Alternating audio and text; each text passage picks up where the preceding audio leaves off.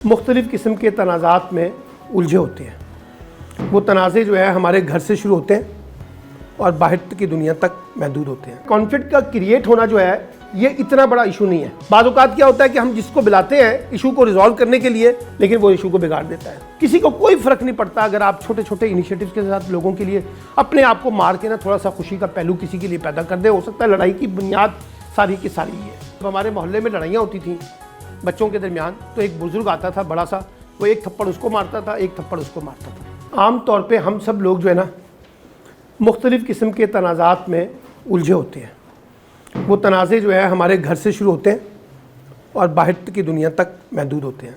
और ज़रा बड़े इशूज़ पे ना जाएं, पाकिस्तान इंडिया क्या हो रहा है, अफ़गानिस्तान में क्या हो रहा है, अमेरिका के साथ क्या हो रहा है, हम ज़रा इसको अपनी ज़ात तक महदूद करते हैं। तो एक हमारा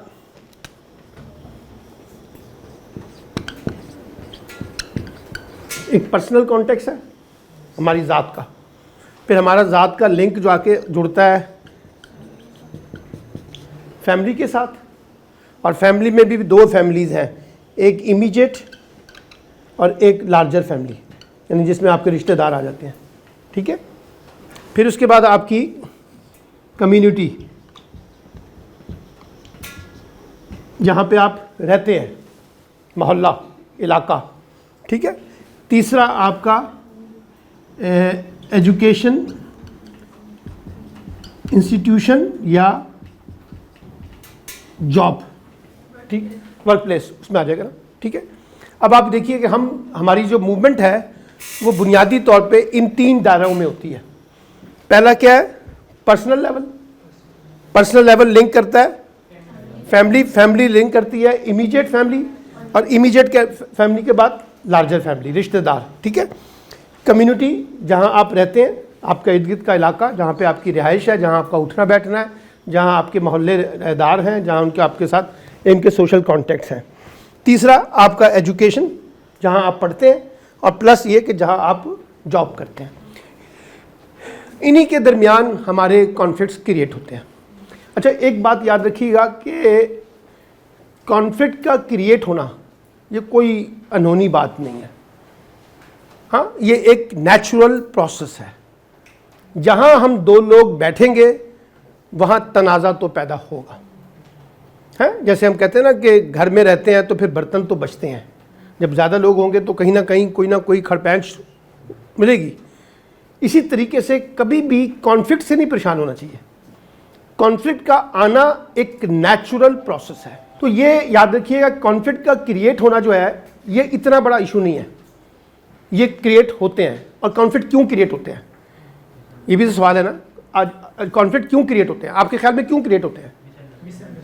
मिसअंडरस्टैंडिंग हो सकती है एक, और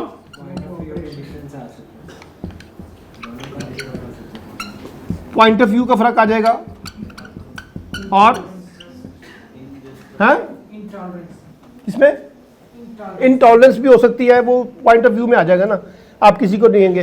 अच्छा, फेवरेटिज्म आ जाएगी, मिसट्रस्ट आ जाएगा,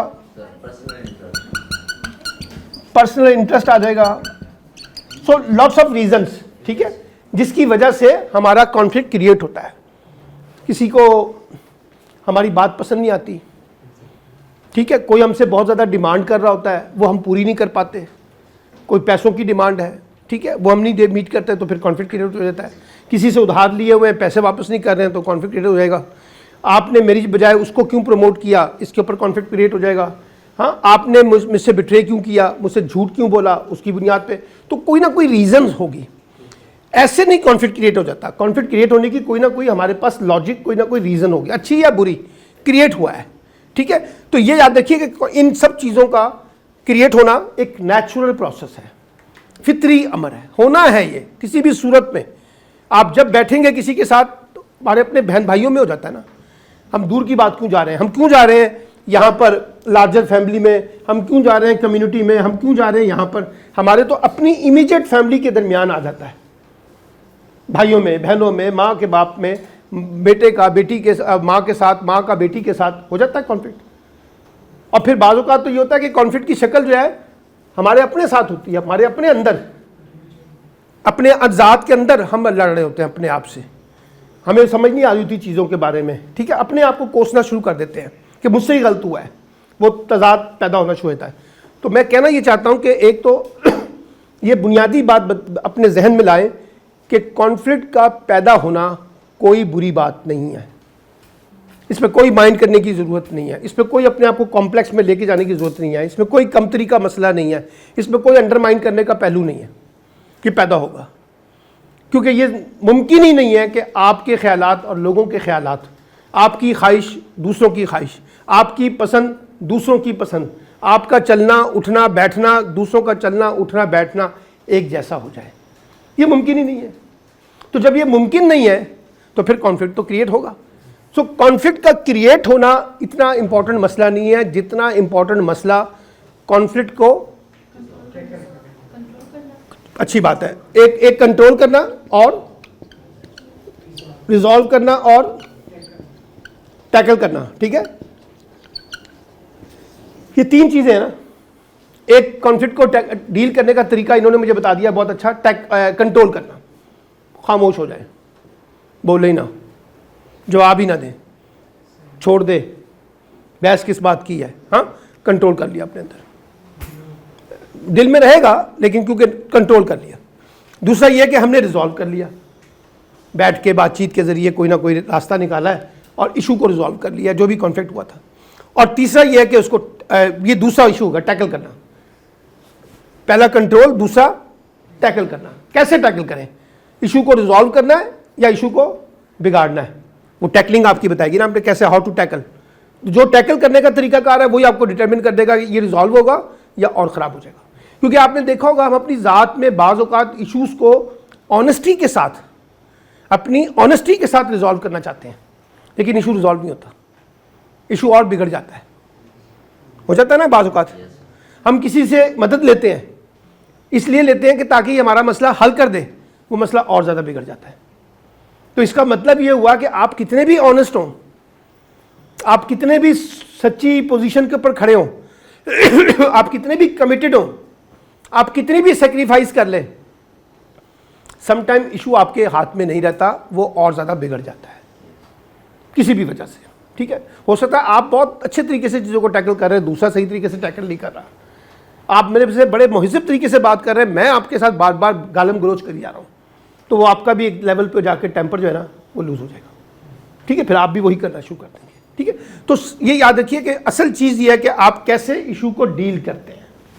अच्छा, इशू को डील करने के भी दो तरीके हैं, आप चाहे इंडिविजुअल डील कर लें, अगर खुद डील करने की सलाहियत रखते हैं तो डील कर लें, और अगर खुद सलाहियत नहीं रखते तो किसी की मदद ले लेते हैं, किसी दोस्त को कहते हैं यार आप हमारे बीच में एक रोल प्ले करें, मॉडरेटर का रोल प्ले करें, हाँ, तो वो जो मॉडरेटर का रोल है वो आपके साथ आ जाता है, वो भी इशू आपका ठीक कर सकता है और बिगाड़ भी सकता है। बाज़ औक़ात क्या होता है कि हम जिसको बुलाते हैं इशू को रिजॉल्व करने के लिए अपनी ऑनेस्टी से बुलाते हैं, लेकिन वो इशू को बिगाड़ देता है, ठीक है। इसीलिए कहते हैं कि जब कभी अगर आप अपनी ज़ात से निकल कर किसी दूसरे की मदद लेने जाएं किसी इशू को रिजॉल्व करने के बारे में, तो सबसे पहले जिसकी मदद लेना चाह रहे हैं उसका एनालिसिस तो कर लें, ये आपके लिए कितना हेल्पफुल होगा, हाँ, ये कितना आपका ट्रस्ट वर्ती है, क्योंकि आपने उसको पहले सारे इशू बताने हैं, फिर ही वो इशू को रिजॉल्व करेगा ना। कितना ट्रस्ट वर्ती है, कितना फ्लेक्सिबल है, ये ना हो कि वो खुद ही हार्श हो जाए। लड़ाई मेरे और आपके दरमियान थी, वो तीसरा आया, उसकी और आपकी शुरू हो गई, हो जाता है बात औक़ात, हाँ, वो कहता है मैंने तुम्हारी वजह से यार मेरी भी लड़ाई होगी। हमने कई जगह पे लड़ाइयों को देखा है कि जो छुड़ाने वाला आया ना, वो जिसकी लड़ाई हुई थी वो तो चला गया, और जो छुड़ाने आया था उसकी और उसके साथ लड़ाई होगी, हो जाता है ना। अब प्रैक्टिकल लाइफ में हमारे यहाँ ऐसे ही होता है, रिश्तेदारों में होता है, वो छुड़वाने वाली खाला थी, पता चला खाला की और दूसरी खाला की आपस में लड़ाई होगी वो फुप्पी जो है ना बीच में से रास्ता निकाल गई अपना, ठीक है। तो कहने का मतलब ये है कि ये देखना पड़ेगा किसको हम रिलाई कर रहे हैं, किसको बेस बना रहे हैं कि वो हमारे लिए कॉन्फ्लिक्ट को डील करें। तो कॉन्फ्लिक्ट का पैदा होना इतना इशू नहीं है जितना कॉन्फ्लिक्ट को डील करना मुश्किल काम है, और जितना कॉन्फ्लिक्ट को डील करना है उसी से नतीजा निकालना है कि कॉन्फ्लिक्ट को रिजॉल्व करना है या कॉन्फ्लिक्ट को बिगाड़ना है, ठीक है। ये एक इशू है। अब आप आ जाएं, इसको इस तरह से देखें कि अगर आप बहुत बड़े ईगोइस्ट हैं, आपकी बहुत ईगो है, तो आपको कॉन्फ्लिक्ट को डील करने में बड़ी मुश्किल पेश आएगी। अगर आप बहुत ज़्यादा हार्ड लाइनर हैं, तो आपको बहुत ज़्यादा मुश्किल आएगी। अगर आप बहुत ज़्यादा एग्रेसिव हैं तो फिर आपको बहुत ज़्यादा मुश्किल पेश आएगी। अगर आप बहुत ज़्यादा टॉकेटिव हैं तब भी आपको बहुत ज़्यादा मुश्किल पेश आएगी, क्योंकि फालतू अल्फाज बोल जाएंगे, जो नहीं भी बोलने चाहिए थे वो भी बोल जाएंगे। हाँ, वो भी एक प्रॉब्लम क्रिएट कर देगी। अगर आप बहुत जिसे कहते हैं लालची हैं, ग्रीडी हैं, लस्ट है आपको किसी चीज़ के बारे में, पावर का, तो तब भी आपके लिए प्रॉब्लम क्रिएट हो जाएगा। तो ये इसका मतलब है ये जो 5-6 पॉइंट्स मैंने आपको बताए हैं ये बेसिक प्रिंसिपल्स हैं। अगर आप इन पॉइंट्स को बुनियाद बनाकर अपने हार्डलाइनर के पोजीशन को लेके किसी से इशू को रिजॉल्व करेंगे तो फिर आपका नहीं होगा, क्योंकि हम ईगो है तो हमारी अना का मसला है। पहले माफ़ी कौन मांगेगा, मैं या आप? और सारी लड़ाई का रेजोल्यूशन क्या होता है, कौन इनिशिएटिव लेगा। मैं कहता हूँ आप कहती हैं आप और आपके चक्कर में बीच में से कोई बंदा बीच में से रास्ता निकालता नहीं है। और पता चलता है आप अक्सर लड़ाइयों को देखें, बहुत छोटी छोटी बातों पे हम उलझ जाते हैं, बहुत छोटी छोटी बातों में उलझ जाते हैं, और बहुत छोटे छोटे मसले जो है ना उनको रिजॉल्व कर सकते हैं जो हम नहीं कर पाते। ठीक है ना, ये हमारा डायलेमा है। और हम बड़े बड़े इश्यूज़ की बात करते हैं, इंडिया पाकिस्तान, पाकिस्तान अफगानिस्तान, पाकिस्तान अमेरिका, पाकिस्तान फलां, शिया सुन्नी, देवबंदी, अहले हदीस, पंजाबी, सिंधी, बलोची, पख्तून, फाटा, ये तो बड़े इश्यूज़ हैं। ये जो छोटे छोटे इश्यूज जो मेरी ज़ात के साथ जुड़े हुए हैं, जिसके साथ सारा ह्यूमन पर्सपेक्टिव जुड़ा हुआ है। ह्यूमन पर्सपेक्टिव में कौन है, इमीडिएट फैमिली, ठीक है, फैमिली, लार्जर फैमिली, कम्युनिटी, आपकी जॉब, आपका एजुकेशन, जहाँ पे आप जाते हैं, अगर आपके वहाँ पे कॉन्फ्लिक्ट्स हैं तो कैसे रिजॉल्व करेंगे। मुझे अक्सर आके बच्चे कहते हैं जी हमारे नंबर्स जो है ना हमें टीचर्स ने कम दिए हैं। मैं उनसे पूछता हूँ क्यों कम दिए हैं, वो कहते हैं जी वो हमें पसंद नहीं करते। तो मैं कहता हूँ उनको पसंद करवाएं अपने आप को, तो कॉन्फ्लिक्ट इशू रिजॉल्व हो जाएगा। ठीक है, वो कहते हैं नहीं सर देखें वो टीचर है ही बड़ा ख़राब, वो टीचर है ही बड़ी ख़राब। ठीक है, पोस्ट में पड़ जाते हैं। जब आप कह रहे हैं ख़राब है तो वो ख़राब ही होगी ना, उसको तो और ज़्यादा गुस्सा आएगा आपके ऊपर, वो तो और ज़्यादा रिएक्ट करेगी। अभी मेरे साथ एक गवर्नमेंट कॉलेज के अंदर ही एक मेरी स्टूडेंट है, उसने मुझे कहा कि सर वो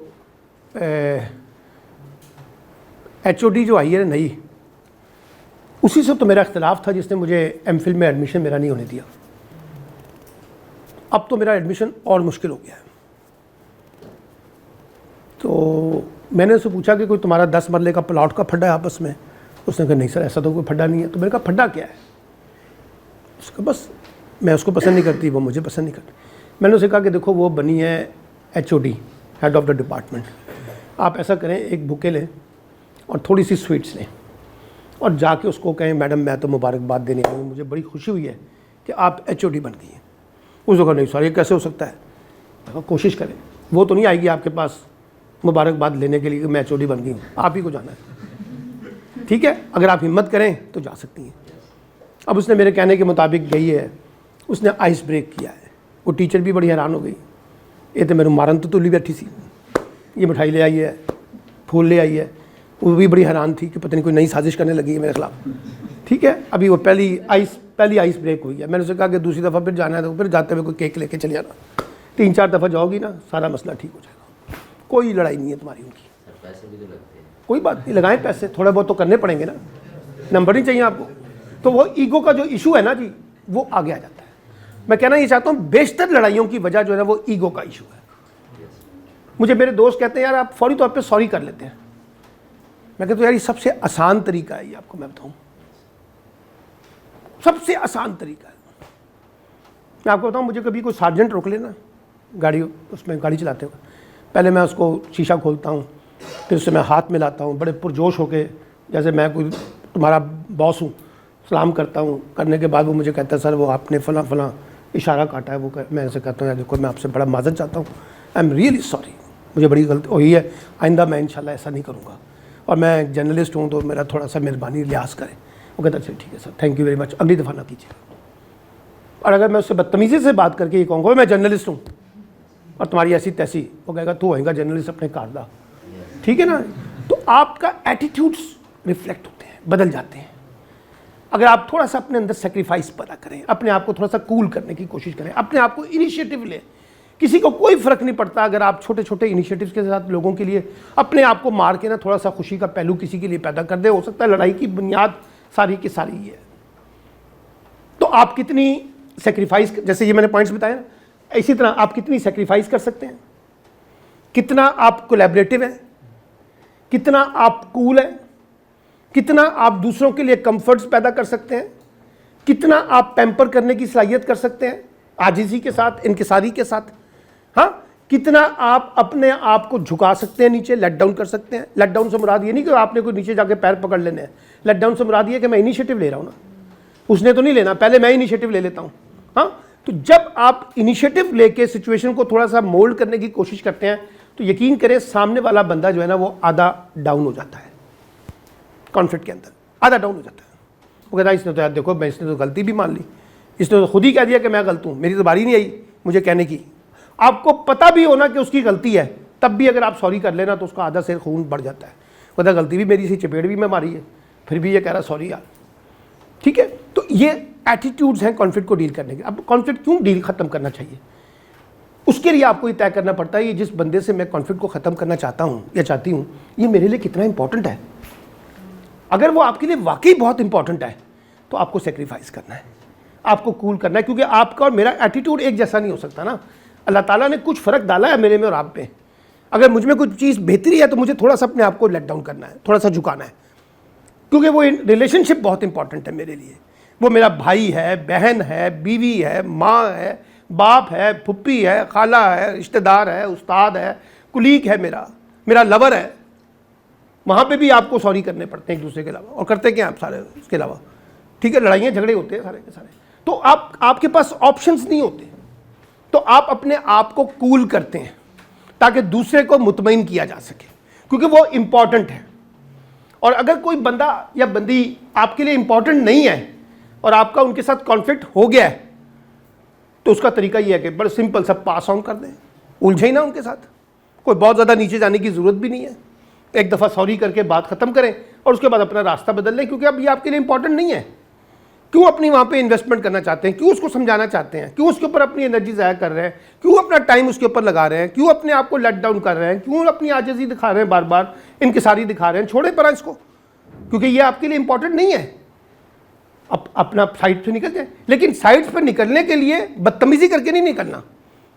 उसको ये एहसास नहीं देना कि मैं तुम्हारा दुश्मन हो गया हूँ, क्योंकि वो फिर आइंदा पीछे बैठ के आपके खिलाफ साजिशें करता रहेगा, आपको नुकसान पहुँचाता रहेगा। ठीक है, वो आपके खिलाफ साजिश करेगा। देखिए ना, अगर आपने ताकत की जोर पे कॉन्फ्लिक्ट को मसले हल किया, जैसे हमारे यहाँ बड़े फ्यूडल करते हैं ना, ताकत में आके मसले का हल कर देते हैं, बड़े ताकतवर लोग होते हैं, आपके दिल में तो रंजिश रहती है। तो इसका मतलब है कॉन्फ्लिक्ट खत्म नहीं हुआ, मैं कमज़ोर था इसलिए मैं चुप हो गया हूँ। ठीक है ना, आप कहें सुलह कर लें, अगर मैं कमज़ोर हूँ तो मैं तो सुलह करूँगा, मेरे पास ऑप्शन क्या है। तो इसका मतलब हुआ सुलह दिल से नहीं हुई, ये तो ताकत की और कमज़ोर की लड़ाई थी, इसमें ताकत ने जीतना था, ताकत की बर्तरी हो गई, कमज़ोर को माफ़ी मांगनी पड़ गई। जब तक दिल से अंदर से कुछ चीज़ें ना निकले तो कैसे आप चीज़ों को करेंगे। ठीक है, तो ये एक बड़ा प्रॉब्लम है हमारे यहाँ। बेशतर कॉन्फ्लिक्ट्स जो रिजॉल्व होते हैं ना, वो अपने अंदर रख के रिजॉल्व होते हैं। चीज़ें हमारे अपने अंदर होती हैं, गिला शिकवा होता है, जैसे मैं उसको ख़त्म करना चाहता था वैसे ख़त्म नहीं होता वो, जैसे मैं उसको रिजॉल्व करना चाहता था वैसे वो रिजॉल्व नहीं हुआ। बस एक ताकत का जोर आ गया, ताकत का जोर नहीं आया, डंडा नहीं चला, तो माँ बाप ने आके वो अपनी चादर उठा के ना, माँ ने पैरों थले रख दी ताड़े, जा बेटी साड़ी इज्जत दी खाते रहे, तू जा घर अपने मियाँ नाल जा। कॉन्फ्लिक्ट ख़त्म नहीं हुआ, कॉन्फ्लिक्ट मौजूद है। वो अपनी माँ की चादर जो है ना, वो बाप की पगड़ी जो है ना, भाई की, बड़े बहन की, बड़ी फलां की चल पड़ी है, मसला हल नहीं हुआ। तो फिर जाके 3 दिन के बाद घर में जाके फिर दोबारा अपने खावन के साथ उसका मसला शुरू हो जाता है। आपने ऐसे पोछा पाछी की टीचर के साथ, वो टीचर 2 दिन के बाद फिर वापस वहीं पर पोजीशन पे खड़ा है, आप भी वहीं पर खड़े हैं, कुलीग वहीं पर खड़े हैं, बहन भाई वहीं पर खड़े हैं, सब के सब। अब देखिए ना, हमारे अपने बहन भाइयों में कितने तनाज़े होते हैं, लड़ाइयाँ होती हैं। बस वो ताकत में जो होता है ज़रा दबा देता है, जो कमज़ोर होता है वो नीचे चले जाता है।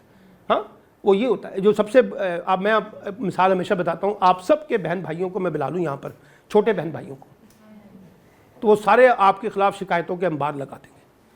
वो कहेंगे हमारी ये बहन ऐसी है, हमारा ये भाई ऐसा है, आप बड़े शानदार बने फिरते हैं, वो आपका पोस्टमार्टम करके आपके हाथ में पकड़ा देंगे। क्यों कि आप उन पे हुक्म चलाते हैं। और आपसे ऊपर वालों को बुलाएंगे तो आप गिला करना शुरू कर देंगे कि आपके साथ ये होता है। फितरत है ना, फितरत है, ऊपर से चलता है ना, गुस्सा चलेगा ऊपर से, चलते चलते चलते चलते चलते सबसे छोटा भाई जो है ना, वो जो बेचारी 2 साल की बच्ची है, उसको भी एक थप्पड़ मार के आप अपना मुतमईन करते हैं, चल निकल जाओ यहाँ से, आ जाती हो तंग करने के लिए। क्योंकि वो कॉन्फ्लिक्ट ने कहीं ना कहीं ट्रांसलेट होना है। वो जो कॉन्फ्लिक्ट आपके अपने अंदर है ना, उसने कहीं ना कहीं अपना इम्पैक्ट छोड़ना है। देखिए, आप कम्युनिटी से नाराज होकर घर आए हैं तो घर पे अपना गुस्सा निकालेंगे, घर से नाराज होकर निकले हैं तो ये लार्जर फैमिली में गुस्सा निकालेंगे, यहां से नाराज होकर निकले हैं तो यहां पर आके गुस्सा निकालेंगे, यहां एजुकेशनल इंस्टीट्यूशन से जॉब से गलत होकर आए हैं तो यहां पे निकालेंगे, यहां पे निकालेंगे। इसका मतलब क्या है? इसका मतलब है एक साइकिल है, ठीक है। ये साइकिल आपको कॉन्फ्लिक्ट के अंदर जीने नहीं देगी, स्ट्रेस में रखेगी, गुस्सा निकालेगी, एंजाइटी आएगी, बेचैनी होगी, एंग्रीपन आएगा। कहीं ना कहीं हम अपना गुस्सा निकाल रहे होंगे कि निकालें किसी तरीके से, इसकी ऐसी तैसी, ठीक है। और जो छोटा होगा ना, कमज़ोर, उस पर निकालेंगे। ताकतवर पे थोड़ी निकालते हैं हम, कमज़ोर पे निकालते हैं। तो कॉन्फ्लिक्ट को हमारी प्रॉब्लम यह है, हम कॉन्फ्लिक्ट को साथ लेके चलते हैं, कॉन्फ्लिक्ट को साथ लेके चलते हैं, उसको पालते हैं, उसकी परवरिश करते हैं, उसको पानी लगाते हैं, उसको बीज डालते हैं, उसको पोसते हैं, ताकि वो तनाज़ा हमारे अंदर रहे और हमें डिस्टर्ब करता रहे।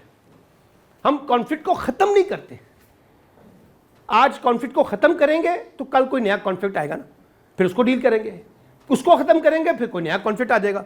लेकिन अभी आप आगे चले तो ये वाला कॉन्फ्लिक्ट ख़त्म नहीं हुआ, दूसरा भी क्रिएट हो गया, दूसरा ख़त्म नहीं हुआ, तीसरा भी क्रिएट कर दिया आपने। तो आप कॉन्फ्लिक्ट के अंदर रहते हैं।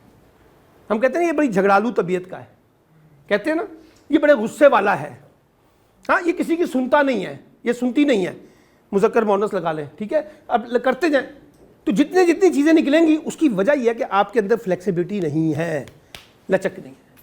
और मैं हमेशा से कहता हूँ कि सबसे कामयाब तरीन इंसान कॉन्फ्लिक्ट मैनेजमेंट के अंदर, हम उसको कहते हैं जो मोल्ड हो जाता है।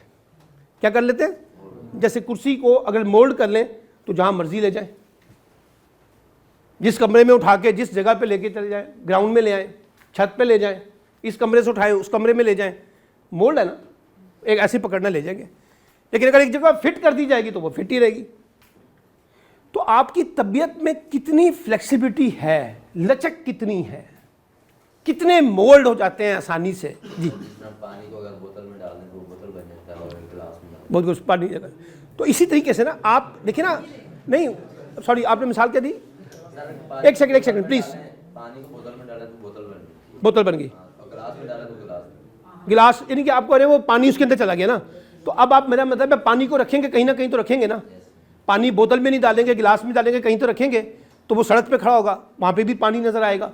वो पानी अपनी जगह पर इंपॉर्टेंट है, लेकिन सवाल ये कि जब आप उसको किसी चीज़ में मुकीद कर देंगे तो फिर वो मुकीद हो जाएगी ना। जैसे आपने कहा बोतल, आपने कहा गिलास, ठीक है, वो खुला पानी तो नहीं है ना उस तरह से। तो ये याद रखिएगा कि जहन में रखें कि आप जब चीज़ों को डील करते हैं तो आप कैसे उन चीज़ों के अंदर अपने अंदर फ्लेक्सिबिलिटी पैदा करते हैं। और फ्लेक्सिबिलिटी आती है आपके इंटरेस्ट के साथ, आपकी प्रायोरिटीज के साथ। मिसाल के तौर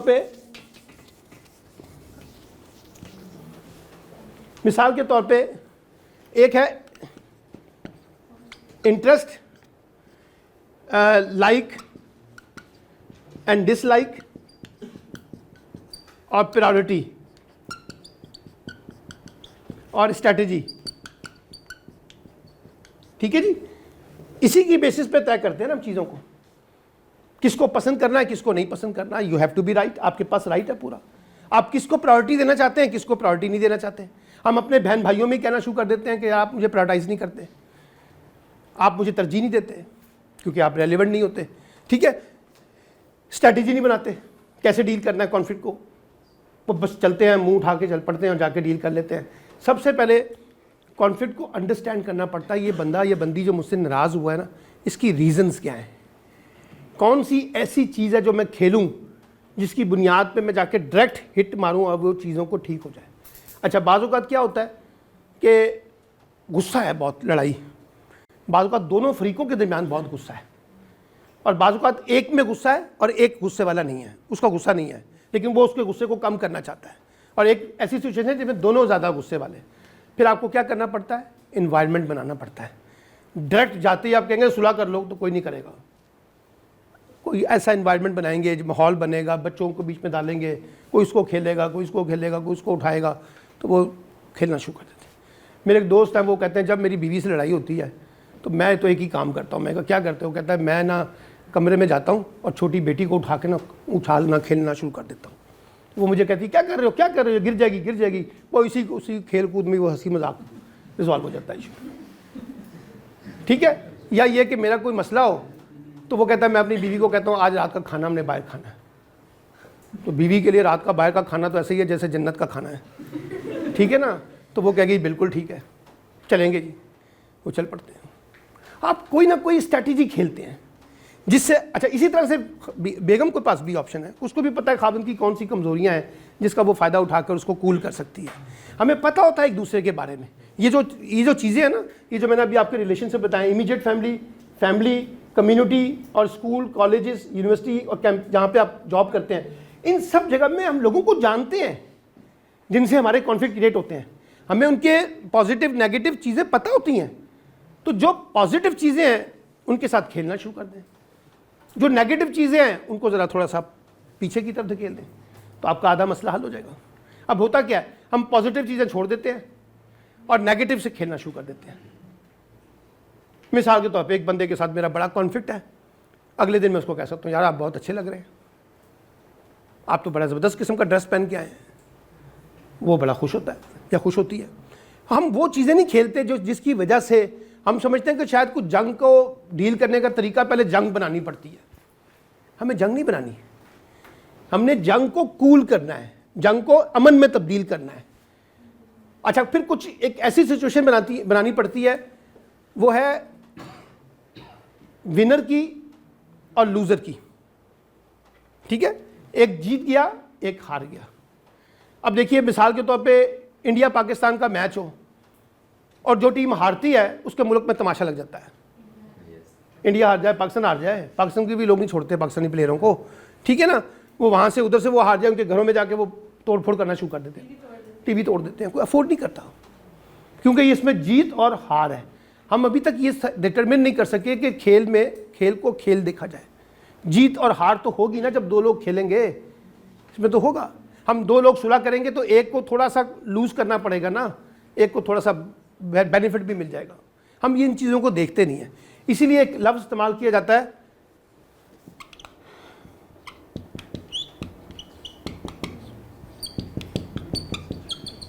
विन विन सिचुएशन। ये कैसे बनानी है, आप भी मुतमईन हो जाए, मैं भी मुतमईन हो जाऊं, ठीक है। मुझे अभी तक याद है, उस ज़माने में तो ये बात समझ नहीं आती थी, लेकिन जब बड़े हुए तो फिर बात समझ आई। जब हमारे मोहल्ले में लड़ाइयाँ होती थीं बच्चों के दरमियान, तो एक बुजुर्ग आता था बड़ा सा, वो एक थप्पड़ उसको मारता था, एक थप्पड़ उसको मारता था। जिसको इसको थप्पड़ पड़ा है वो कहता है उसको भी पड़ा है, उसको वो वाला कहता है उसको भी पड़ा है, तो दोनों मुतमईन हो जाते थे कि दोनों को थप्पड़ पड़ा है। बीच में से एक ऐसा हो जाता था कि औरत आती थी, माँ या बाप, वो अपने बेटे को बचा के दूसरे को थप्पड़ मारते थे, तो लड़ाई उधर वाले घर वाले आ जाते थे। तो विन विन सिचुएशन में हमने एक ऐसी इन्वायरमेंट क्रिएट करनी है जहाँ लूज़र कोई ना हो। ये फीलिंग ना दी जाए कि मैंने तुम्हें ताकत की बुनियाद के ऊपर नीचे गिराया है, ये फीलिंग ना हो कि मैंने अपनी दौलत की बुनियाद पे तुम्हें नीचे लेट डाउन किया है। ये बुनियाद नहीं होनी चाहिए कि क्योंकि हमारे पास फला चीज़ें एक्स्ट्रा थी इसलिए हमने तुम्हें लेट डाउन किया है। ये अगर आप इसको विन और लूज़र के कॉन्टेक्स्ट में देखेंगे तो फिर ये बड़ा मुश्किल होगा, क्योंकि वो मज़ीद कॉन्फ्लिक्ट्स को क्रिएट करेगा। और विन विन सिचुएशन बनाने की ज़रूरत ये होती है कि आप ये देखें कौन सी ऐसी चीज़ है जो मैं छोड़ सकता हूँ। अगर मैं कॉन्फ्लिक्ट को रिजॉल्व करना चाहता हूँ, ये चीज़ अगर मैं छोड़ दूँ तो मुझे कोई फ़र्क नहीं पड़ेगा। उधर से वो भी सोचे, तो इसका मतलब है विन विन सिचुएशन जो है बाज़ तो निकलती है नेचुरल प्रोसेस के ज़रिए। बाज़ वो जो आपका मॉडरेटर होता है ना, तीसरा फरीक, वो निकालता है, वो कहता है यार देखो ऐसा फार्मूला तैयार करते हैं जिससे आप भी मुतमईन हो जाए और जिससे वो भी मुतमईन हो जाए। तो वो एक बीच की राह निकालता है, आपको भी आके समझाता है, उनको भी समझाता है, देखो रास्ता ऐसे नहीं निकलेगा, रास्ता ऐसे निकलेगा, पहले आपको भी ये करना पड़ेगा फिर उसको भी करना पड़ेगा। दोनों पार्टियों को समझाते हैं। ये थाने वाले क्या करते हैं, थाने में जो सुलह सफाई होती है ना, वो पहले एक पार्टी से अलग से डिस्कस करते हैं। और उनसे पूछते हैं कि भाई बताओ कौन से ऐसे पॉइंट्स हैं जिस पे वो कहेगा जी देखो जी गल दुत मैं कंप्रोमाइज़ नहीं करांगा। उससे भी पूछते हैं, फिर वो दोनों को बुला के बीच में सुलह भी करवाते हैं। ऐसा नहीं है कि थाने वाले सिर्फ मारते ही हैं, वो कई जगह पे लड़ाइयों के अंदर सुलह भी करवाते हैं, ठीक है, दोनों पार्टियों को मुतमईन करने के लिए, ताकि इस पर्चे को, लड़ाई को ख़त्म किया जा सके। तो वो विन विन सिचुएशन बनानी पड़ती है। तो विन विन सिचुएशन बनती उस वक्त है जब आप थोड़ा सा अपने आप को सेक्रीफाइस करने के लिए तैयार होते हैं, या ये कि आप दूसरे को अंडरस्टैंड करने की सलाहियत रखें ना, उसका ईगो का जो मसला है उसको पहले एड्रेस करें ना, जिसकी वजह से वो नाराज़ हो गया है। उसको एड्रेस किए बगैर आप कैसे चीज़ों को समझेंगे?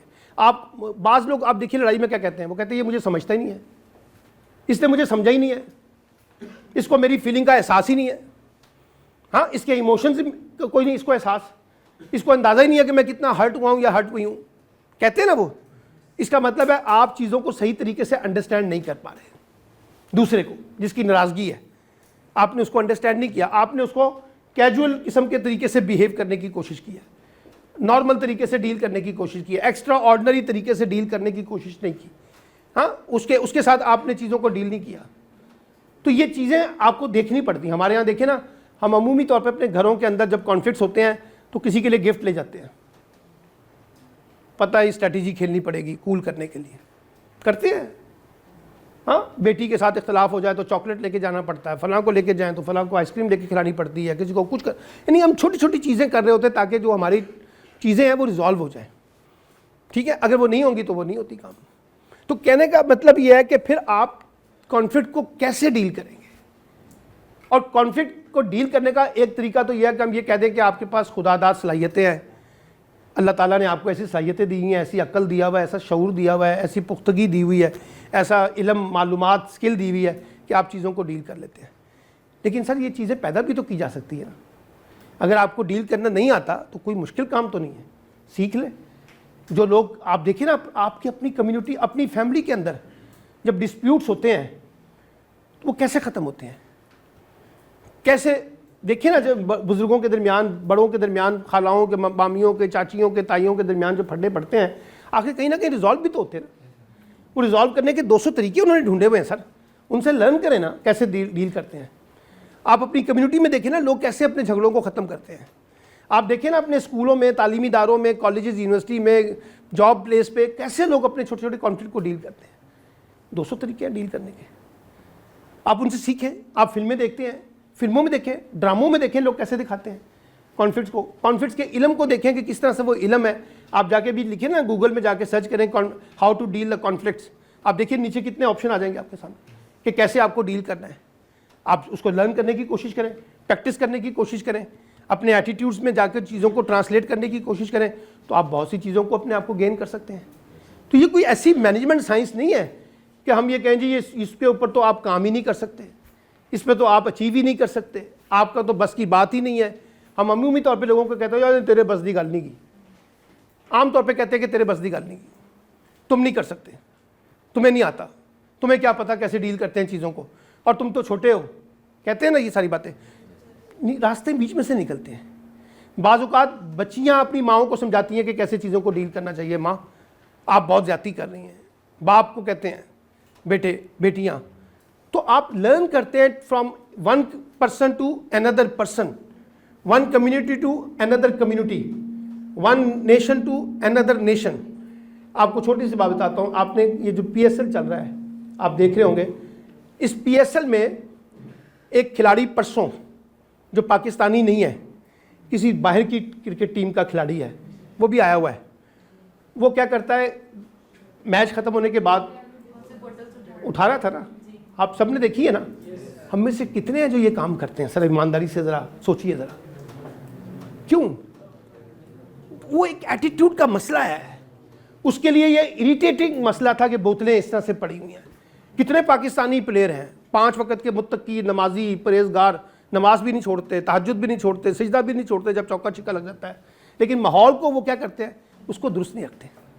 लेकिन वो शायद नमाजी भी ना हो, मुत्तकी भी ना हो, परहेजी भी ना हो, लेकिन उसकी एथिक्स ये कहती है कि यार ये कूड़ा पड़ा हुआ है, इसको साफ होना चाहिए, सफाई होनी चाहिए, है? हाँ वो भी। तो कहने का मतलब ये जो भी करता है, मैं कहना ये चाहता हूं कि आप किसी चीज़ को महसूस करते हैं ना, तो आप उसके लिए वो कुछ करते हैं। जब आप किसी को महसूस करेंगे कि ये फ़र्द मेरे लिए इंपॉर्टेंट है, तो आप सेक्रीफाइस करेंगे, आप रिविजिट करेंगे अपने आप को, आप अपने कॉन्फ्लिक्ट को मिनिमाइज करेंगे। ठीक है, अगर आप किसी को अहमियत ही नहीं देते तो फिर कॉन्फ्लिक्ट को मिनिमाइज करने का तो कोई तरीका नहीं है ना, आप जो मर्जी करते रहें। ठीक, अगर हमने अपने अंदर दुश्मनियां पाल ली हैं कि हिंदुस्तान हमारा दुश्मन है, तो उससे कैसे कॉन्फ्लिक्ट को दूर करेंगे सर? हिंदुस्तान वाले अगर ये तय कर लें कि पाकिस्तान हमारा दुश्मन है, तो कैसे कॉन्फ्लिक्ट को दूर करेंगे?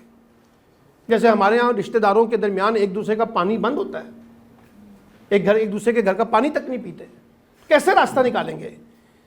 और गलती से अगर कोई लड़की की शादी हमने किसी फैमिली में कर दी और तलाक हो गई है, वो वापस घर आ गई है, तो जो खाला का बेटा था उसने तलाक दी है, सारी उम्र उस घर में नहीं घुसेंगे। ये हमने बाउंड्रियाँ लगा दी हैं अपनी तरफ से, खुद से ही तय कर लिया कि हमने इन तमाम चीज़ों के अंदर अपने आप को इतना कैद कर लिया है। और याद रखिए, फंसता वही है जो अपने आप को कैद कर लेता है, जो अपने आप को जकड़ लेता है, जो अपने आप को मुकीद कर लेता है उस बोतल के अंदर, जो अपने आप को ओपन नहीं छोड़ता, जो अपने आप को ईजी नहीं करता, जो अपने आप को मोल्ड नहीं करता, जो अपने आप को फ्लेक्सिबिलिटी नहीं क्रिएट करता, जो अपने अंदर जो है सेक्रीफाइस नहीं पैदा करता, वो कॉन्फ्लिक्ट को नहीं डील कर सकता, वो कॉन्फ्लिक्ट को और उलझा देगा, और जो मिल रहा हो ना वो भी नहीं लेता। अच्छा, कॉन्फ्लिक्ट मैनेजमेंट के अंदर एक और बड़ा असूल होता है। मसलन मिसाल के तौर पे आपने ये 3 शराइत ऐसी हैं जिसके ऊपर आपने डील करनी है। आप कहते हैं कि इन 3 शराइत के ऊपर हमारा कॉन्फ्लिक्ट है आपके साथ, और इन तीनों चीज़ों को रिजॉल्व करना है। मुमकिन हो कि आप तीनों पॉइंट्स के ऊपर रिजॉल्व ना कर सकें आज। ऐसा होता है ना, तीनों बातें नहीं मानी जाती, एक बात मानी जाती है, तो क्या करेंगे? क्या करेंगे? मसलन सर कोई और पॉइंट और बताएं। आपका मेरा कॉन्फ्लिक्ट हो गया 3 पॉइंट्स के ऊपर, लेकिन मैं सिर्फ एक पॉइंट पे आपसे इत्तेफाक कर सका हूँ, 2 पॉइंट पे मेरा इत्तेफाक नहीं है। अब क्या करेंगे? दो पे डिबेट करेंगे। एक तरीका यह है कि फर्दर डिबेट करें, और आपने क्या कहा? कंप्रोमाइज कर सकते हैं, और उसके पास चले जाएंगे मीडिएटर के पास, और सर उसको लेकर चलेंगे और फर्दर देखेंगे with the passage of time उसको सॉल्व करेंगे। That's great. बाकी जो दो है तो थोड़ा चेंज कर दे उसको। देखिए ना, बिल्कुल ठीक है, दोनों बातें। इन 3 में से एक इशू रिजॉल्व हो रहा है, ये वाला, ये रिजॉल्व हो गया, दूसरा वाला मैं कहूँगा थैंक यू वेरी मच यार, मैं आपसे बहुत मशकूर हूँ, ममनून हूँ कि इस पर तो हमने इत्तेफाक किया ना। अब ये 2 पॉइंट रह गए, इस पर हम डिस्कशन जारी रखेंगे, वो प्रोसेस में फर्दर ले जाएंगे, क्योंकि सारे इशू आज रिजॉल्व नहीं होने। ये जो हम तय करके हमारी लड़ाइयों की, कॉन्फ्लिक्ट की एक बड़ी बुनियादी वजह यह है कि हम सारे मसले आज ही हल करना चाहते हैं। जो सदियों से ख़ानदानों में लड़ाइयाँ, अपना मोहल्ले में लड़ाइयाँ, पर्सनल फ्रेंड्स हमारे दोस्तियों में इसमें लड़ाइयाँ, हम कहते हैं आज ही सारा मसला हल करें। आज तो सारा मसला नहीं हल होगा। 4 इश्यूज़ हैं, तो उसमें से अगर एक इशू हो रहा है तो उसको रिजॉल्व करें, बाकियों के साथ अगली हिकमत अमली डिज़ाइन करें कि इसको फर्दर कैसे डील करना है। सारे इशू आज नहीं होंगे, वो बहुत अच्छी लकी होंगे आप कि सारे के सारे इशू जो हैं एक ही वक्त के अंदर जो है ना रिजॉल्व हो जाएं, वो एक अलग बहस हो सकती है, लेकिन आइडियल सिचुएशन नहीं है।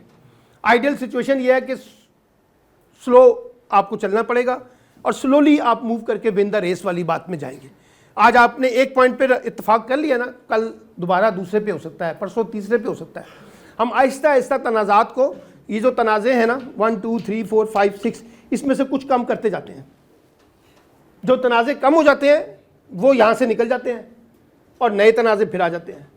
तो इस साइकिल है ना, जैसे जैसे आप आगे बढ़ेंगे तनाज़े पैदा होते जाएंगे। तनाज़ात ने पैदा होना है, बस ये याद रखिए, पैदा होने से लेकर कब्र तक, बल्कि कब्र में जाने के बाद भी पीछे आप कई तनाज़े छोड़ के चले जाते हैं। ठीक है ना, तनाज़े चलते रहेंगे आपके साथ, लेकिन उन तनाज़ों को डील करने के लिए एक ही वक्त में सबका नतीजा नहीं निकाला जा सकता। वो टाइम मांगता है, वो टाइम दरकार है, प्रोसेस चाहिए, स्लो होगा। आज आप अपने आप को ज़्यादा कंफर्ट शो करेंगे एक पॉइंट के ऊपर जिस पे इत्तेफाक हुआ है, अगली दफ़ा हो सकता है वो खुद लूज़ कर जाए दूसरा पॉइंट, वो कहते यार ये तो बड़ी ज़बरदस्त बात इसने की है, हाँ मैंने वो जो पिछला मेरा इख्तिलाफ है मैं उसको भी भूल जाता हूँ। ठीक है ना, तो ये याद रखिए कि हम बाज़ औक़ात जल्दबाजी में अपना काम करना चाहते हैं, लचक नहीं दिखाना चाहते, टाइम इन्वेस्टमेंट नहीं करना चाहते, स्लोली मूव नहीं करना चाहते। हाँ, फौरी तौर पे नतीजा चाहते हैं, यस और नो में। ये जो कॉन्फ्लिक्ट मैनेजमेंट होती है ना, ये सारी की सारी यस और नो नहीं होती, ये याद रखिएगा।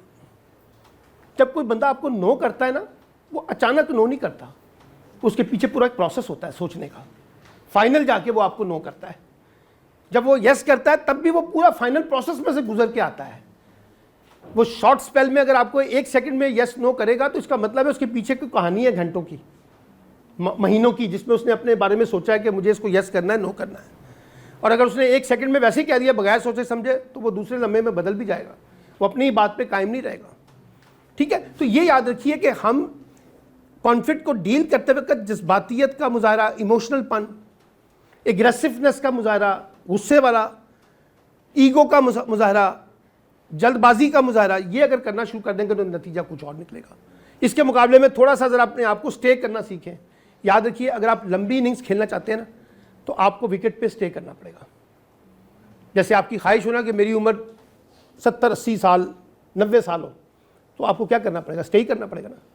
तो वो स्टे करने के लिए ऐसे थोड़ी कि आपने तय कर लिया कि मैंने स्टे करना तो स्टे हो जाएगा।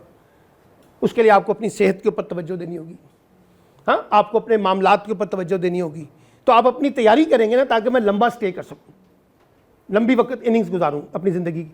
ऐसा तो नहीं होगा कि आप हरकतें सारी वो कर रहे हैं जो ज़िंदगी के से मौत की तरफ लेके जाती हैं और ख्वाहिश ये है कि मैं लंबा स्टे करूं, वो नहीं होगा। तो जैसे आप स्टे करने के बारे में तय करते हैं, तो उसी तरीके से आप अपने कॉन्फ्लिक्ट को भी डील करना शुरू कर देते हैं, कॉन्फ्लिक्ट को भी रिजॉल्व करना शुरू कर देते हैं। तो सफ़र हमारा ये है कि कॉन्फ्लिक्ट क्रिएट हुआ, और बल्कि कॉन्फ्लिक्ट भी इसको एक और तरीके से देखते हैं, ज़रा आसान आपको समझ आ जाएगा। सबसे पहले क्या है, इशू आया है, ठीक है जी, कोई इशू निकला है, अच्छा या बुरा जो भी, इस इशू की वजह से कॉन्फ्लिक्ट क्रिएट हुआ है। कॉन्फ्लिक्ट कोई आइसोलेशन में थोड़ी क्रिएट हुआ है, किसी खास इशू की बुनियाद के ऊपर क्रिएट हुआ है ना, कोई वजह हुआ नहीं है ना। तो सबसे पहले इशू आया, अगर इस इशू को अगर आप प्रॉपर डील कर लें यहीं पर शुरू में ही, तो हो सकता है वो कॉन्फ्लिक्ट की तरफ ना जाए। समझ आई ना बात? अगर आप फौरी तौर पे यहां डील कर लें, मसलन आपने फौरी तौर पे कहा मुझे बड़ा गुस्सा चढ़ा आपकी इस बात पे, मैं कहता हूं सॉरी यार, really I am so sorry यार, मैंने यहां पे सॉरी कर ली ना, हो सकता है वो आप इस तरफ जाएंगे नहीं, बात यहीं पर ही खत्म होगी। अगर आपने कहा ना कि आप मुझे आप पे बड़ा गुस्सा चढ़ा है, मैं कहूँगा चढ़ा होगा, मुझे क्या जरूरत पड़ी है, आपको जाए जो मर्जी करें, मुझे भी आप पे बहुत गुस्सा है, तो हम कहाँ चले गए? कॉन्फ्लिक्ट। तो सबसे पहले आ गया इशू, फिर आ गया कॉन्फ्लिक्ट, फिर उसको कॉन्फ्लिक्ट को आपने मेंटेन किया, ठीक है, या आपने उसको रिजॉल्व किया, या आपने उसको जिसे कहते हैं छोड़ दिया, लीव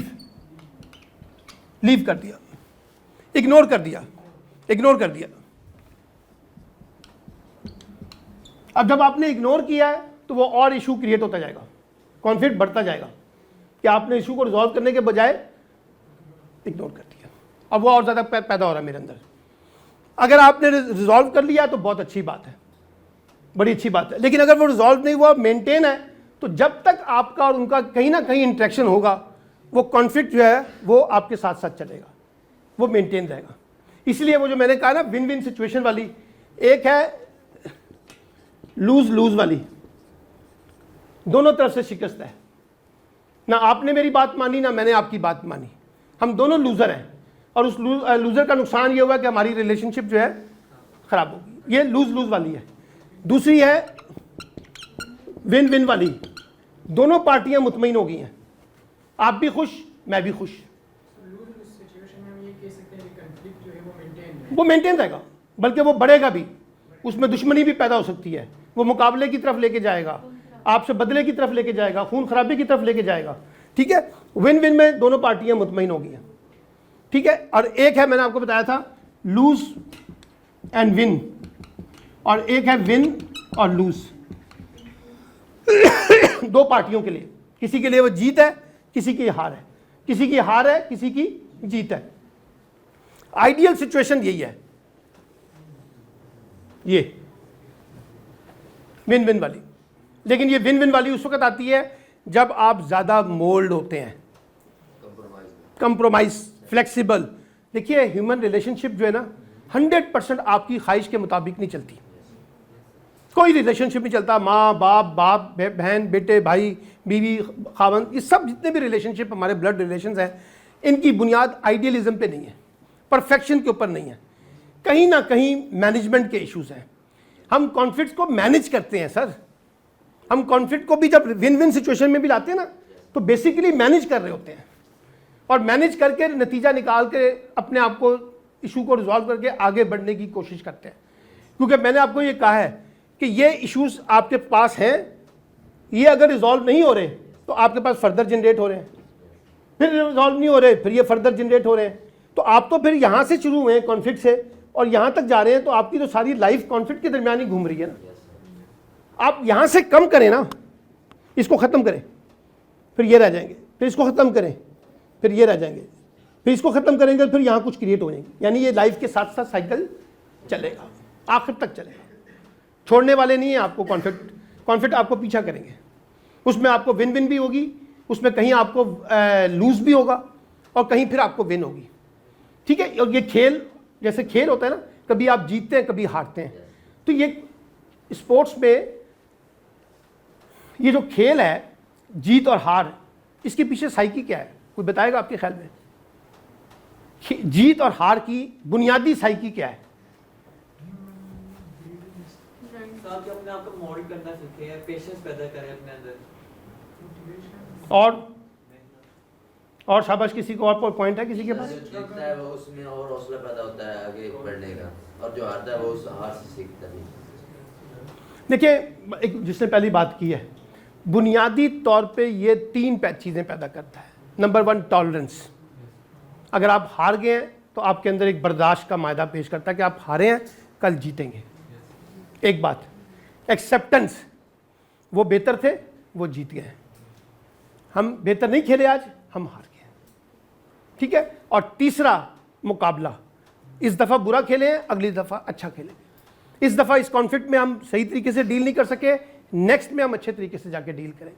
तो इसका मतलब है कि ये जो जीत और हार है ना, ये थोड़ी है कि जो हार गया वो उसके पीछे पड़ के आप ईंटें उठा लें, पत्थर उठा लें और उसके पीछे भागना शुरू कर दें कि अब आप हारे क्यों हैं, तो वो तो दोबारा कभी जीत भी नहीं सकेगा सर, ठीक है ना। आपको याद है, पता नहीं आप 2000 या 2002-04 में कोई वर्ल्ड कप हुआ था फुटबॉल का, तो एक कैमरून का प्लेयर था ब्लैक, उसने अपने ही गोल से अपनी ही टीम के खिलाफ गोल कर दिया क्वार्टर फाइनल में, और ये फुटबॉल में कई जगह पे हुआ है।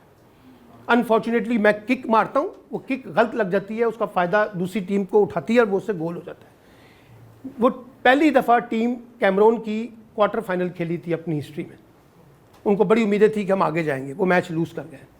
जब वो टीम वापस वहाँ पहुँची तो ख्याल था कि इस टीम का इस्तकबाल होना चाहिए क्योंकि इसने क्वार्टर फाइनल खेला है, तो वो जिस प्लेयर से गोल हो गया था अपनी ही टीम के खिलाफ, उसको वहाँ तमाशाई ने गोली मार के हलाक कर दिया एयरपोर्ट के ऊपर ही। वो टॉलरेंस नहीं है ना, हम तो शिकस्त को बर्दाश्त ही नहीं कर सकते।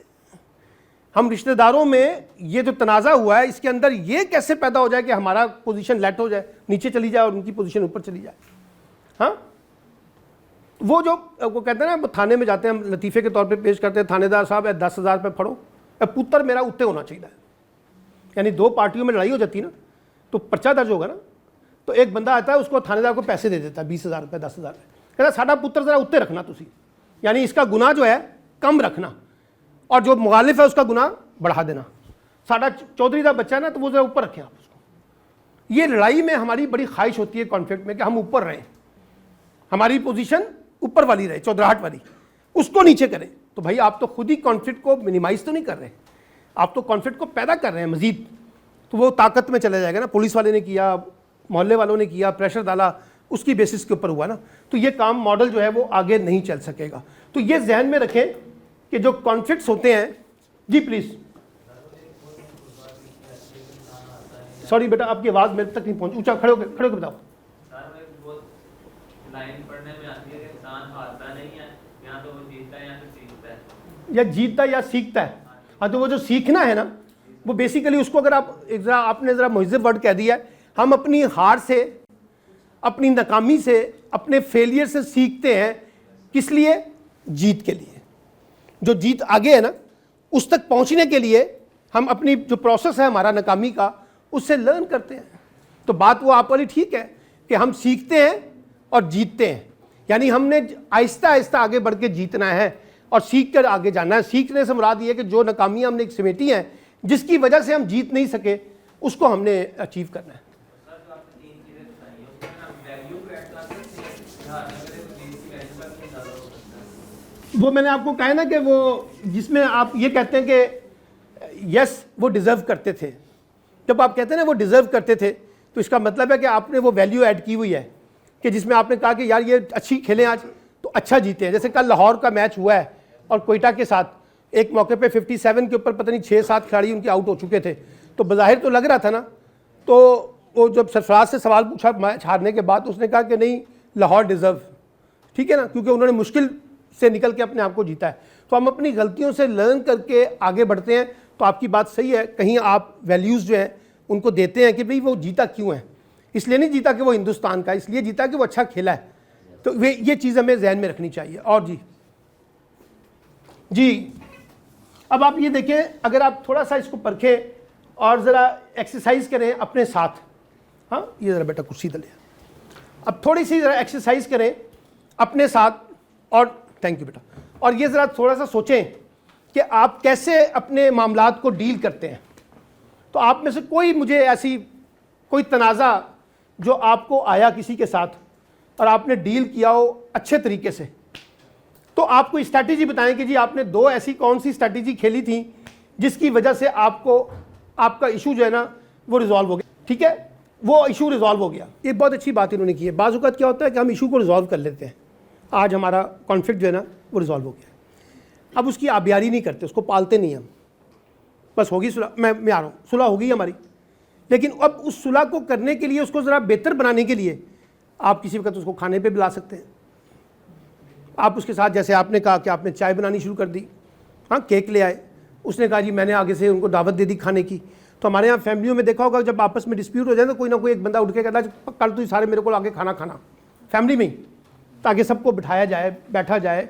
तो बाज़ औक़ात आपको उसको परसू करना पड़ता है, उसको फॉलोअप करना पड़ता है। सिर्फ ये नहीं कि हमने लफ्ज़ों से मुंह से कह दिया कि हमारा मसला ख़त्म हो गया और उसके बाद मसला ख़त्म हो गया, बाज़ औक़ात उसको आबियारी करनी पड़ती है। आप में से कितने लोग ये बिलीव करते हैं कि आप 100% फीमेल हैं और 100% मेल हैं? ऐसे हाथ खड़ा करें। मैं आपको बड़ी एकेडमिक थ्योरी बताता हूँ, एकेडमिक थ्योरी है। हम आम तौर पे ये समझते हैं, सुने ज़रा प्लीज़, अब छोड़ दें सर इसको। हम आम तौर पे समझते हैं कि क्योंकि हम मेल चाइल्ड हैं इसलिए हम लड़के हैं, ठीक है, और लड़कियां ये समझती हैं कि वो फीमेल चाइल्ड हैं तो वो बच्चियां हैं, ठीक है, अपने आप को लड़कियां समझती हैं। फ्रेंच थ्योरी ये बताती है नॉट नेसेसरी कि 100% कोई मेल जो है वो मेल हो और 100% फीमेल वो फीमेल हो। अब उसकी वजह क्या है? वो ग्रूमिंग होती है। देखिए बायोलॉजिकल डिफरेंसेस अपनी जगह, जो डिफरेंस होता है ना वो आपकी इन्वायरमेंटल डिफरेंसेस होते हैं। मसलन आपने कई जगह सुना होगा लड़कों से कि जी लड़के बड़े शर्मीले हैं, ये लड़का बड़ा शर्मीला है, ये लड़का बड़ा डरपोक है, ये लड़का बड़ा कमगो है, हाँ ये बहुत ज़्यादा एक्टिव नहीं है, ये बहुत ऐसे है। इसी तरह किसी लड़की के बारे में कहते हैं देखो ये लड़कों की तरह हरकतें कर रही है, कहते हैं ना ये देखें जी बाहर बड़ी मूव करती है, देखें ताकत इसकी बड़ी है। वो क्या है? वो रिफ्लेक्शंस हैं। अब वो रिफ्लेक्शन ये नहीं है कि कोई अल्लाह ताला ने बना दी हैं, वो जिस जगह पे आपकी ग्रूमिंग हुई है ना, जिस माहौल में आप पले बड़े हैं, ये वहाँ से गेन करते हैं। शहरों की लड़कियों के मुकाबले में देहातों वाली लड़कियाँ ज़्यादा स्ट्रांग होती हैं, ज़्यादा सिचुएशन को डील करना उनको आता है, उनकी तरबियत इस अंदाज से उनके घर वालों ने की होती है। हमारे शहरी लड़कों के मुकाबले में देहाती लड़के, छोटे इलाकों के लड़के ज़्यादा अपने आप को शार्प तरीके से डील करते हैं, क्योंकि हमने बड़े नाजो नाम से नखरों से बच्चों को पाला होता है, हमने उनको ग्रो नहीं किया होता उस तरह से। तो ये एक तो ये इशू बेटा ऐसा नहीं है कि सिर्फ फीमेल के साथ है, ये मेल के साथ भी इशू है। मैं इसलिए आपको मिसाल दी थी कि बाज़ औक़ात मेल भी जो है ना वो टेम्पर अपना शॉर्ट स्पेल में खेलते हैं, बाज़ औक़ात लड़कियां भी खेलती हैं, ठीक है, ज़्यादा खेलती होंगी, चलो मैं मान लेता हूँ आपकी बात। लेकिन उसकी वजह क्या है? जब तक हम वो जो कॉन्फ्लिक्ट को जब हमने डील कर लिया है, जो बात अभी आपने की है, अगर हमने उसको पाला नहीं है ना सही तरीके से, हमने उसकी आबियारी नहीं की, हमने उसको पॉलिश नहीं किया, हमने उसको पानी नहीं लगाया, उस वक्त तक फिर वो शॉर्ट स्पेल में रहेगा। अगर आप उसके ऊपर इन्वेस्टमेंट करेंगे ना तो चीज़ें ठीक हो जाएंगी।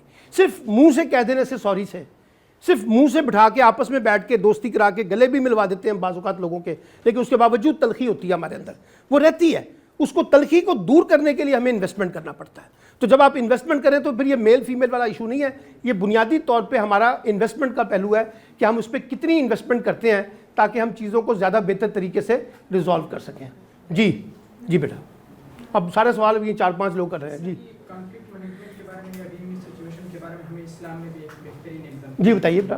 कि हज़रत फातिमा ज़हरा रज़ी अल्लाह तआला अन्हा उसके मफ़हूम में से कि अगर आप दो पार्टीज़ के दरमियान सुलह करते हैं, अगर आप झूठ भी बोलते हैं तो वो झूठ नहीं होता। फॉर एग्जाम्पल आप किसी एक पार्टी को बुला लेते हैं तो आप उससे कहते हैं कि यार वो तो आपके बारे में बहुत ज़्यादा पॉजिटिव एटीट्यूड रखता है, आपके बारे में इस तरह आप दूसरी पार्टी को ये बता देते हो, यानी आपको निगेटिविटी ख़त्म कर देते हो। तो इस तरह उनके दरमियान एक जो कन्फ्लिक्ट जो होता है वो रिजॉल्व। ठीक है, ये बिल्कुल ठीक है आपकी बात। अब जो मॉडरेटर होता है वो ये रोल प्ले करता है। देखिए, हम मसलिहत के तहत भी तो बहुत सी पैम्परिंग करते हैं ना, बहुत से जिसे कहते हैं पैम्पर करते हैं बंदों को कि यार देखो तुम बहुत अच्छे हो, तुम बहुत अच्छे हो। हमें नहीं पता, हमें पता होता है ये अच्छा नहीं है, उसके बावजूद कहते हैं ताकि ये कूल हो, इसको कूल किया जाए, इसको ज़रा थोड़ा सा रियलाइज़ करवाया जाए कि नहीं नहीं नहीं तुम बहुत अच्छे हो, तुम्हारी गलती नहीं है। जैसे अभी आपने कहा कि जी गलती मेरी नहीं थी, आपने खुद से कर ली। मैं कहूँगा हाँ आपकी गलती नहीं है, देखो गलती उसने की है, लेकिन फिर भी देखो ना यार तुम्हें ये करना पड़ेगा। अब इसका मतलब ये होगा कि आपको मैंने कहा कि नहीं नहीं गलती आपकी नहीं है, ठीक कह रहे हैं आप, मैं आपसे मानता हूँ, तो आप कूल हो गए। तो हम कई जगह पे मसलिहत के तहत बहुत सी स्ट्रैटेजीज खेलते हैं क्योंकि हमारा डेस्टिनेशन जो है वो बड़ा वाज़ेह है ना। हमने यहाँ पे इशू को रिजॉल्व करना है, यहाँ पर हमने जाके इशू को रिजॉल्व करना है। अगर हमने इशू को रिजॉल्व करना है तो ये जो एक सेकंड, ये जो रास्ते की स्ट्रैटेजी है ये तो फिर हम जैसे मर्जी अपना लेना सर। उसके तहत जो भी मसलिहत के तहत चीज़ों की कही जा सकती हैं वो की कर लें। डेस्टिनेशन क्लियर होना चाहिए कि हमने इशू को प्योरली दिल से रिजॉल्व करना है, तो फिर बाकी सारी चीज़ें जो स्ट्रैटेजी का पार्ट होती हैं। जी जी बेटा, खड़े हो जाओ। हाँ जी हाँ जी जी जी। तो हम अगले की नॉलेज, बैकग्राउंड या रिलीजियस बिलीफ को देख के और ट्रेन करते हैं।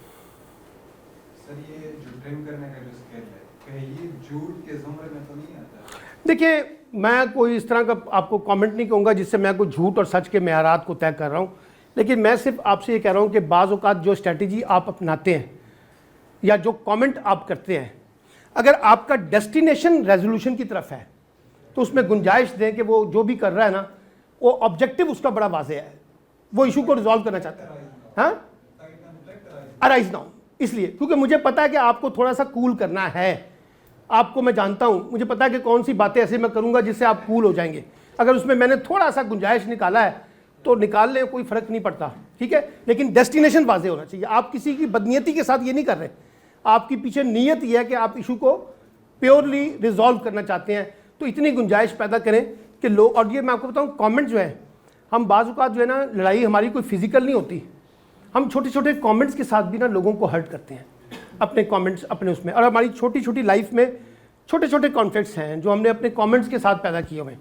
किसी वक्त मेरा बॉडी लैंग्वेज, मेरा बॉडी जेस्चर जो है वो किसी तरीके से बिहेव करता है, क्योंकि ज़रूरी नहीं कि मैं बोलूँ, लेकिन जो मैं एक्शन कर रहा हूँ, जिस अंदाज से मैं बिहेव कर रहा हूँ, वो भी तो एक लैंग्वेज है ना, वो भी तो बता रही है ना कि किसी को किस तरीके से डील करना है।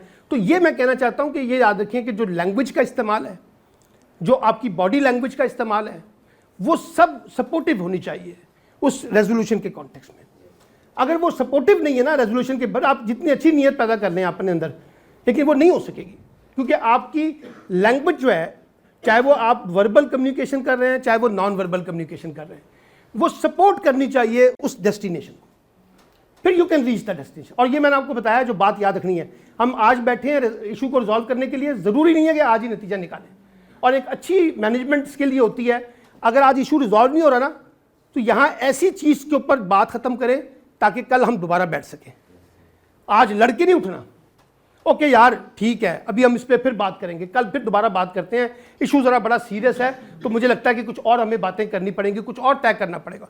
अगले दिन की अपॉर्चुनिटी क्रिएट करें ताकि आप यू कैन सिट टुगेदर, उसी दिन नतीजा ना निकालें।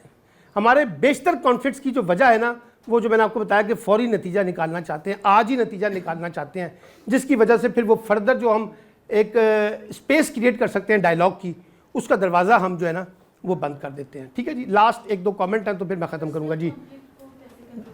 अच्छा, ये बहुत अच्छा सवाल है कि जो पर्सनल कॉन्फ्लिक्ट्स हैं, अब पर्सनल कॉन्फ्लिक्ट क्या है? मिसाल के तौर पे मैं आपको एक फीडबैक देता हूँ कि आपके फ़लाँ एक्शन से ना मुझे प्रॉब्लम हो रहा है, हाँ प्रॉब्लम हो रहा है, चाहे वो वर्बल है चाहे वो नॉन वर्बल है। तो आप उस कॉन्फ्लिक्ट को अगर आप मेरे से लंबा चलना चाहती हैं, हम इकट्ठे रहना चाहते हैं as student, as colleague, as घर वाले, एज फैमिली, एज कम्युनिटी, तो आपको फिर अपने पर्सनल कॉन्फ्लिक्ट को रिजॉल्व करना पड़ेगा कि क्यों मेरी वजह से ये हो रहा है। तो आप उसको अपने आप को एसेस करके, रियलाइज़ करके, इवेल्युएट करके उसको ठीक करते हैं। क्योंकि जो आपका पर्सनल कॉन्फ्लिक्ट यहाँ पे क्रिएट हो रहा है ना, वो आपको फीडबैक भी दे रहा है ना साथ साथ। मैं इस वजह से आपसे पर्सनली मुझे थोड़ा सा प्रॉब्लम आ रहा है, तो वो जो फीडबैक है अगर आप उसको प्रॉपर तरीके से एड्रेस करना शुरू कर दें तो आप देखिएगा कि कुछ अरसे के बाद जाके वो चीज़ें रिजॉल्व हो जाए। मैं जहाँ वॉक करने जाता हूँ ना, तो मैं एक दिन गया, 3-4 दिन पहले की बात है, बैठ जाए, तो वो वहाँ पे ज़रा जाते हैं तो जाते ही पहले 5-6 मिनट ज़रा पॉलिटिक्स पे गपशप हो जाती है। उन्होंने कहा ओह आज ना करना पॉलिटिक्स पे गुफ्तगू। मैंने कहा क्या हुआ? कहने लगा कल वो जो है ना फलां की और फलां की आपस में ना हाथापाई होगी। तो मैंने पूछा क्यों? कहने लगा यार वो तेन पता है ना वो पटवारी है तो वो इमरान खान का बड़ा हामी सी, उत्थे लड़ाई होगी। अच्छा, अब वो जो डिवीजन है ना जो आपने कहा है, वो मज़हब की बुनियाद पे भी है, वो फ़िरक़ों की बुनियाद पे भी है, वो पॉलिटिक्स में भी आ गई है, इमरान खान वर्सेस नवाज शरीफ, ठीक है ना। अच्छा, ये पोलराइजेशन रहेगी, ये ख़त्म नहीं होने लगी फौरी तौर पे, लेकिन इसमें वही तमाम बातें कि आप दूसरे के लिए टॉलरेंस का लेवल पैदा करें, दूसरों को स्पेस दें। आपका जो पॉइंट ऑफ व्यू है, अगर आपको इमरान खान बहुत अच्छा लगता है तो वेल आपके लिए बहुत अच्छा है। हो सकता है अगर मुझे अच्छा नहीं लगता तो मुझे गुंजाइश दे दें कि मैं किसी और को पसंद करूं। तो ये हमें एक दूसरे के लिए स्पेस पैदा करनी पड़ेगी। ये नहीं होगा कि अगर आप कह रहे हैं कि आपको इमरान खान अच्छा लगता है तो साथ आप मुझे डिक्टेट भी कर रहे हैं कि आपको भी इमरान खान अच्छा लगना चाहिए। तो जब आप मुझे ये कह रहे हैं तो फिर आपका मेरा कॉन्फ्लिक्ट क्रिएट हो जाएगा। यही वो आपने जो बात की है ना कादियानियों के कॉन्टेक्स्ट में, या शिया सुन्नी हम सुनते रहे हैं सारी की सारी बातें, ये ठीक नहीं है। इससे कॉन्फ्लिक्ट्स क्रिएट होते हैं, बढ़ते हैं, और जब बढ़ते हैं तो फिर वो खौफ पैदा करते हैं, जब वो खौफ पैदा करते हैं तो वो वायलेंस को पैदा करते हैं, जब वायलेंस होता है तो उसकी फिर हमें शक्लें जो है ना विक्टिमाइजेशन की शक्ल में नज़र आती हैं, तो वो कोई मसले का हल नहीं। और ये मैंने अक्सर देखा है कॉन्फ्लिक्ट मैनेजमेंट के अंदर ना, जो हमारे बुज़ुर्ग हैं ना, हमारी खालाएँ, मामियाँ, चाचियाँ, ताइयाँ, दादियाँ, नानियाँ, नाने, ये सारे जितने लोग हैं ना, ये पुराने रवायती कॉन्टेक्स्ट में फंस जाते हैं और वो कहते हैं जी ये हमने नहीं करना।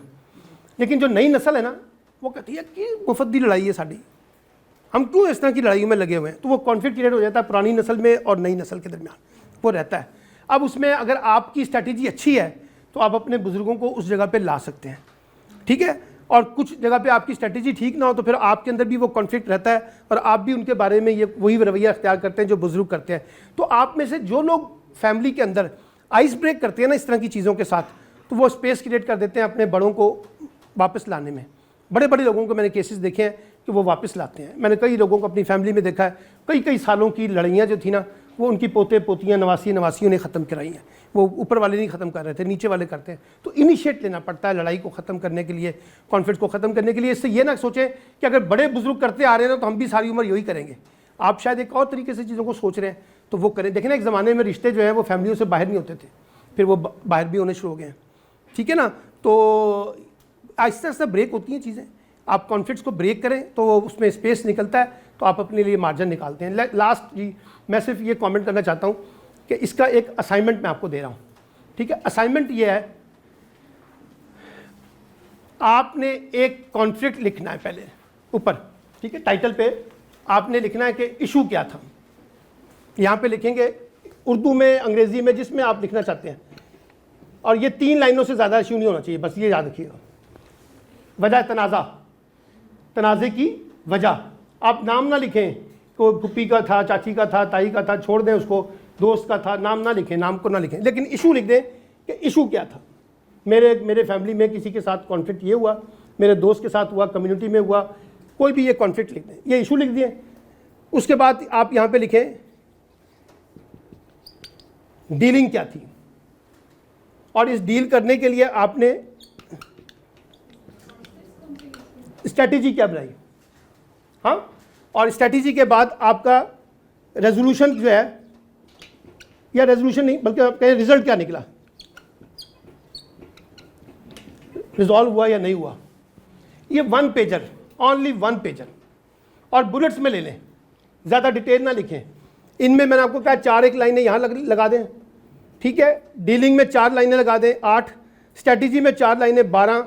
ये रिजल्ट्स में 4 से 5, 16। यानी आप अंदाज़ा लगाएं 16 से 20 लाइन तक का जो आप पेज इस्तेमाल करते हैं, इसके अंदर आपके पास ये होमवर्क है।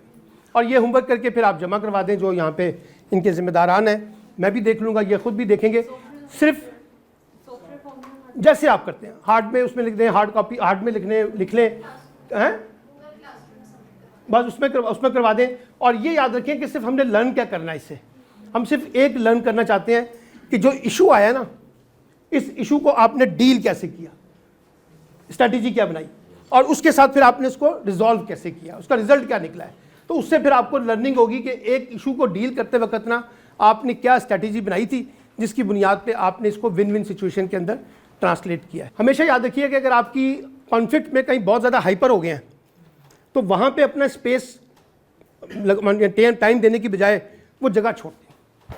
मसलन मेरा आपका कॉन्फ्लिक्ट हो गया ना, तो मैं इस कॉन्फ्लिक्ट को छोड़ के बाहर निकल जाऊँ बस, ताकि कॉन्फ्लिक्ट फर्दर आगे ना जाए, बहुत ज़्यादा ना फैल जाए, क्योंकि आपका मेरी मौजूदगी जो है ना वो और ज़्यादा कॉन्फ्लिक्ट को क्रिएट कर देगी। तो सम टाइम आपको अपनी जो प्लेस है एक स्ट्रैटेजी के तहत छोड़नी पड़ती है, ताकि आप उससे मतलूबा नतीजे निकाल लें। अब मैं ये तो नहीं कहूँगा कि आपने उठ के पेरेंट्स को मारना है, ये तो नहीं हो सकता। तो आपने पेरेंट्स के साथ डिस्कशन और डायलॉग क्रिएट करना है, और अपनी तरफ से हद्दुल इम्कान कोशिश करनी है कि आप अपने पेरेंट्स को कायल कर सकें। अब ये ना कहें कि पेरेंट्स कायल नहीं होंगे, सवाल यह है कि आप पेरेंट्स के पास ऑप्शंस क्या दे रहे हैं, इश्यूज क्या उठा रहे हैं, रीजंस क्या लेके आ रहे हैं, लॉजिक क्या दे रहे हैं, और रेजोल्यूशन क्या दे रहे हैं। देखिए, पेरेंट्स कोई आपका दुश्मन नहीं है। अगर सिर्फ आप अपनी विश बता के चीज़ों को डिक्टेट करेंगे ना, तो हो सकता है वो चीज़ें ना निकलें। अगर आप उनके साथ डिस्कशन करें और थोड़ा सा टाइम लग जाएगा, 1 महीना 2 महीने 3 महीने, फाइनली आपको कोई ना कोई रिजल्ट तो मिल सकता है पेरेंट्स के साथ। ऐसे ही मैं नहीं समझता कि पेरेंट्स को इतने जालिम है। असल मसला होता है कि ईगो का इशू होता है। पेरेंट्स समझते हैं हम बड़े हैं, बच्चों को हमारी बात माननी चाहिए, ठीक है। बच्चे कहते हैं अब हम बड़े हो गए हैं, माँ बाप को उससे ज़्यादा हमें चीज़ों को पता चल गया है। ये बीच में एक ईगो की दीवार है, इसको ब्रेक कर लें तो आपके बेशुमार मसाइल जो हैं वो रिजॉल्व हो सकते हैं। लेकिन नॉट नेसेसरी, सम टाइम बहुत ज़्यादा हार्डनेस होती है, वो चीज़ें नहीं निकलती, लेकिन कोशिश करनी चाहिए कि आप उनके साथ भी अपने इश्यूज़ को रिजॉल्व करें। Thank you very much to all of you.